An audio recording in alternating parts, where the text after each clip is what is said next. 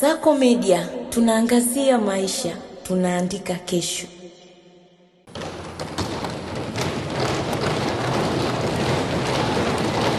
Shida ni nini?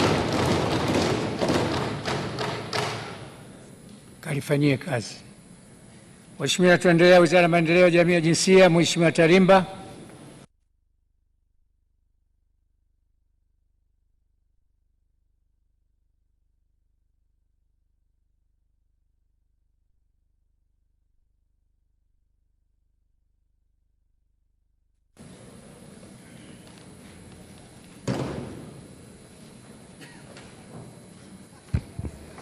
Asante Mheshimiwa Spika. Awali ya yote nipende kwa kwanza kumshukuru Mwenyezi Mungu kwa ajili ya siku ya leo, lakini pili nipende kumshukuru sana Mheshimiwa Rais wa Jamhuri ya Muungano wa Tanzania Daktari Samia Suluhu Hassan kwa imani kubwa iliyoonyesha juu yangu kwa kuendelea kuniteua kama naibu waziri. Nafasi hii wakati huu kwa Wizara ya Maendeleo ya Jamii, Jinsia, Wanawake na Makundi Maalum ili niweze kumsaidia Field Marshal wetu Daktari Dorothy Gwajima. Mheshimiwa Spika, naomba sasa nijielekeze kwenye swali. Serikali inatambua umuhimu wa familia na jamii kuchukua jukumu la kulea wazee, na huu ndio msingi wa mila na desturi zetu wa Tanzania. Jukumu hili ni msingi unaojengwa katika hatua za awali katika malezi na makuzi ya watoto wetu. Mheshimiwa Spika, katika kuimarisha huduma na matunzo kwa wazee, serikali imefanya mapitio na kutunga sera ya taifa ya wazee ya mwaka 2003 toleo la mwaka 2024. Sera hiyo inatoa wajibu kwa familia na jamii kusimamia matunzo ya wazazi. Sera hii imeweka msisitizo wa kuimarisha mfumo wa kisheria utakaolinda na kuendeleza wazee, ambao pamoja na mambo mengine utawezesha uwajibikaji wa jamii na watoto kuwatunza wazee wao.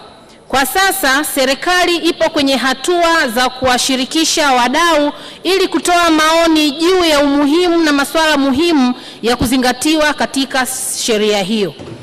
Mheshimiwa Spika, nipende kutoa wito kwa wazazi kuwekeza kwenye malezi ya watoto na sio matunzo peke yake, kwani inaendeleza ukaribu na muunganiko imara kati ya wazazi na watoto.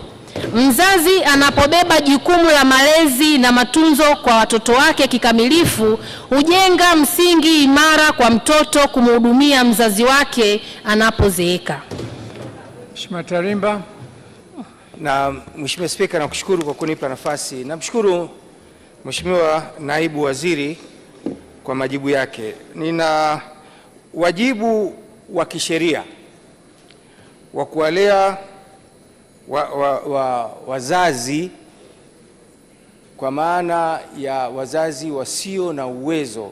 Katika nchi nyingine wanaita filial responsibility laws. Maana yake ni kwamba hizi sheria si ngeni. Je, serikali haioni haja ya kwenda kupata uzoefu kwenye nchi ambazo zinazo sheria kama hizi kuzileta nchini kuweza kutumika kwa minajili ya kuweza kusaidia wazazi wetu? Kwenye Swali la pili, sioni kama kuna mizania.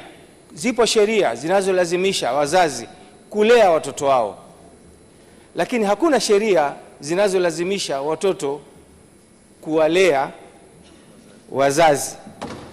Mheshimiwa Spika, naomba nimuulize waziri, haoni kwamba kuna uharaka sasa wa kuleta hiyo sheria bungeni ili tuweze tukaijadili? Nakushukuru sana. Waziri.